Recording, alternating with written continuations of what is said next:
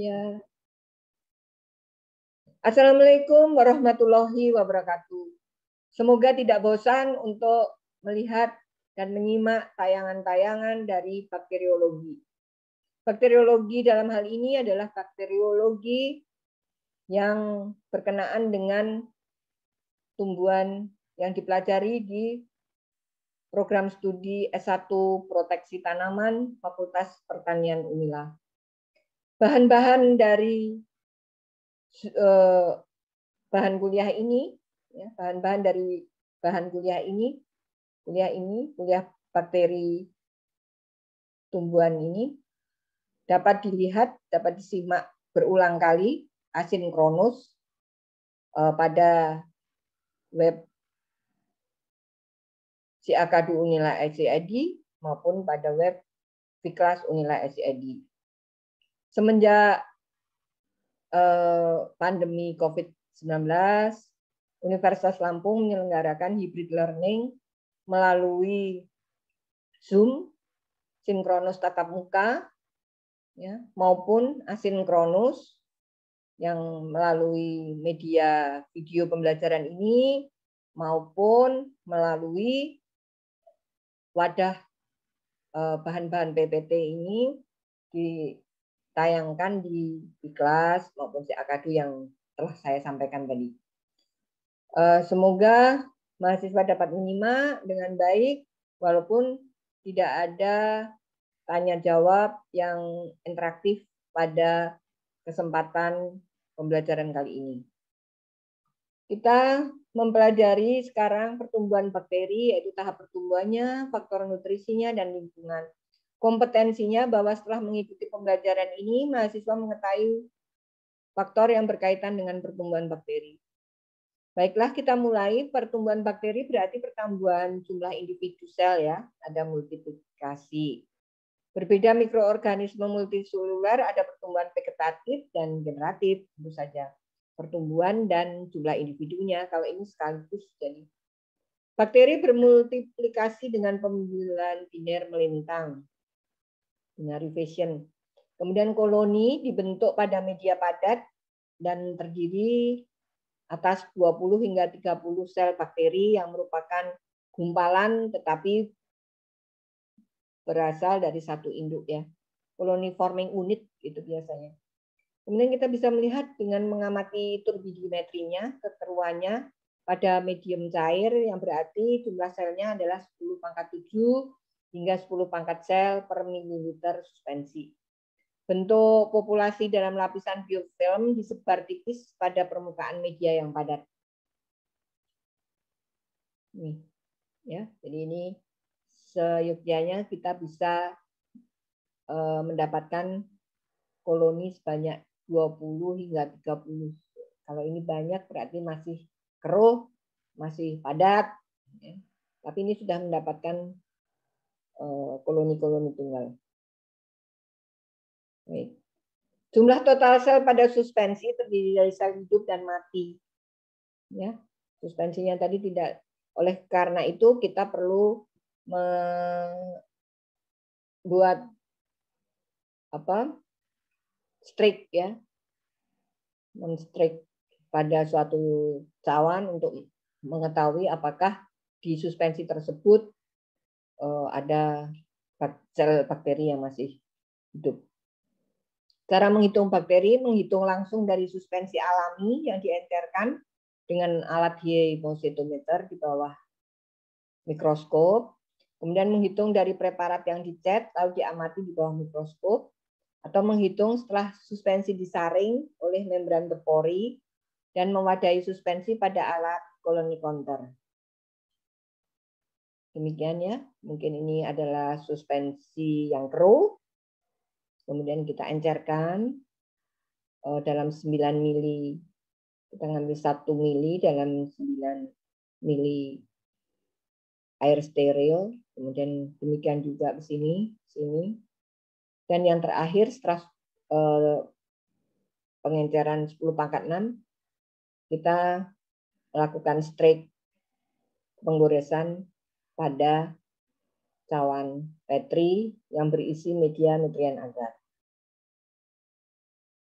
Menghitung secara tidak langsung dengan volume total dalam tabung Hopkins atau metode turbidimetri, yaitu mengetahui kekeruan suspensi dengan alat spektrofotometer yang prinsip kerjanya penyerapan dan pemantaran cahaya yang dilakukan pada suspensi tersebut. Kelemahannya karena ada sel yang menyatu, jadi harus dilanjutkan dengan penghitungan bakteri hidup dengan cara most probable number, yaitu melakukan serentetan pengenceran, kemudian ditanam dan diinkubasikan dalam media pembiakan padat. Tahapan grafik pertumbuhan. Bakteri yang dimasukkan dalam medium cair yang sesuai dan diinkubasi selama interval waktu tertentu, maka pertumbuhan populasinya mengikuti pola grafik yang tetap. Grafik pertumbuhan diplot terhadap waktu menunjukkan adanya 4 fase, yaitu lag fase, log atau eksponensial fase, stationary fase, dan fase decline atau penurunan. Log fase atau pertama adalah lag fase dulu ya, adaptasi, yaitu tidak ada peningkatan jumlah, tetapi terdapat peningkatan ukuran sel bakteri, yaitu 1 hingga 2 jam setelah ditanam. Kemudian log fase, exponential phase, itu sel mulai membagi diri, membelah diri, dan jumlahnya meningkat secara eksponensial. Tepat dijadikan untuk inokulum itu saat log fase ini. Kemudian stationary fase, sel berhenti membelah karena kehabisan nutrisi, dan terjadi akumulasi ekskret bakteri yang beracun. Terjadi keseimbangan ya antara sel bakteri mati tua dan pembentukan sel bakteri yang tumbuh baru. Sehingga dalam penghitungan sel secara langsung dengan turbidimetri, tidak tampak siapa sel yang hidup dan mati. Fase decline yaitu populasi bakteri menurun karena kematian sel bakteri akibat penuaan dan menipisnya nutrisi, sehingga enzim autolisis bakterinya aktif.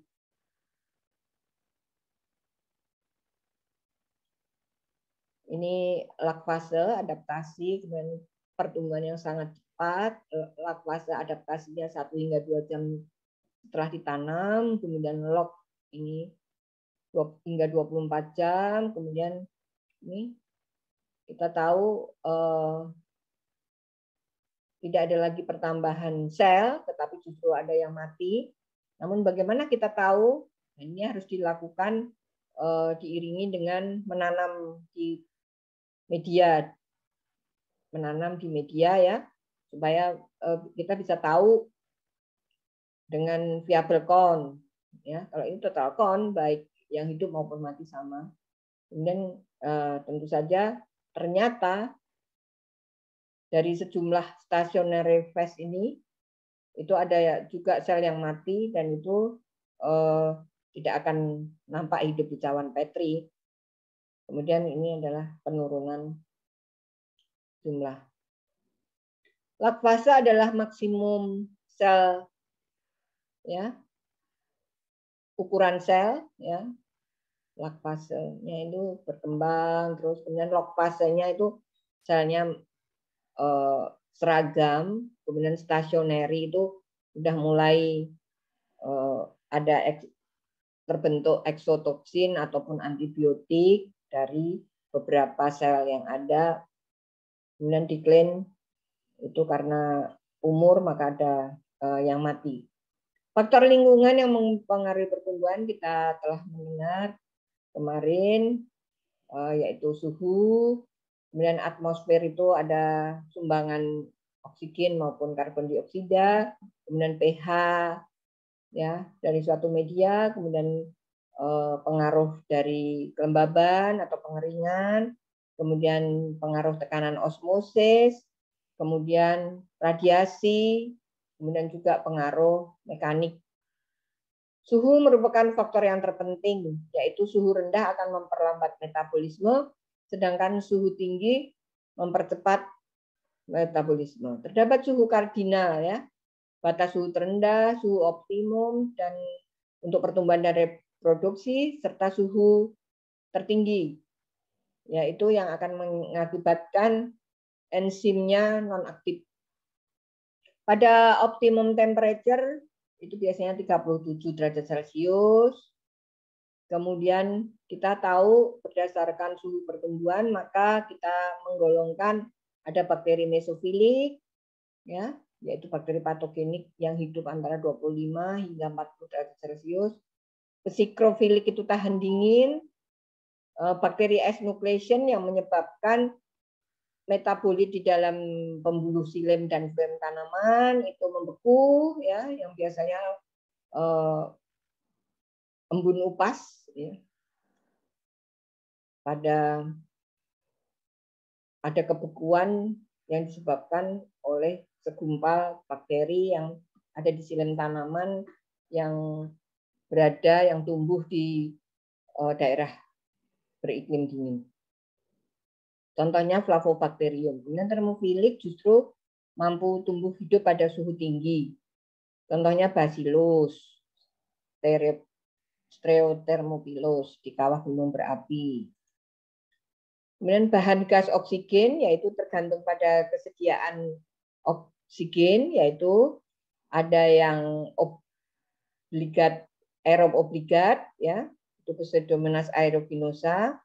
Kemudian obligat anaerob, jadi tumbuh jika tidak ada oksigen dan bahkan mati jika ada oksigen, yaitu Bacteroides fragilis. Kemudian mikroaerofilik, mampu tumbuh pada kadar oksigen yang rendah, yaitu Helicobacter.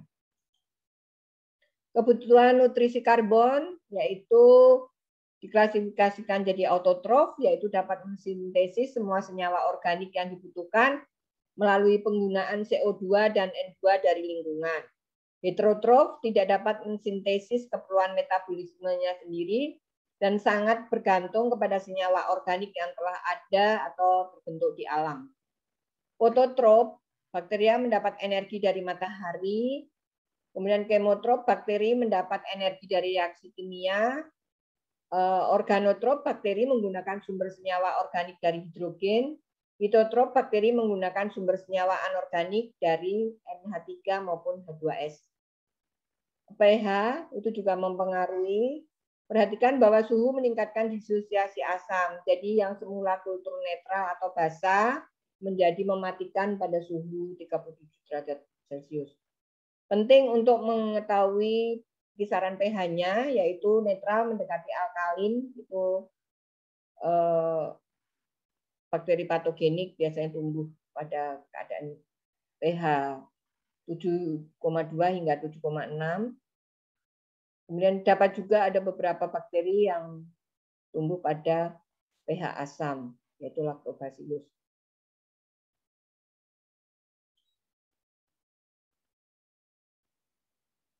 Suhu tadi sudah dibahas, sekarang kita membahas tentang kelembaban dan pengeringan, bahwa air merupakan kandungan penting dalam protoplasma bakteri.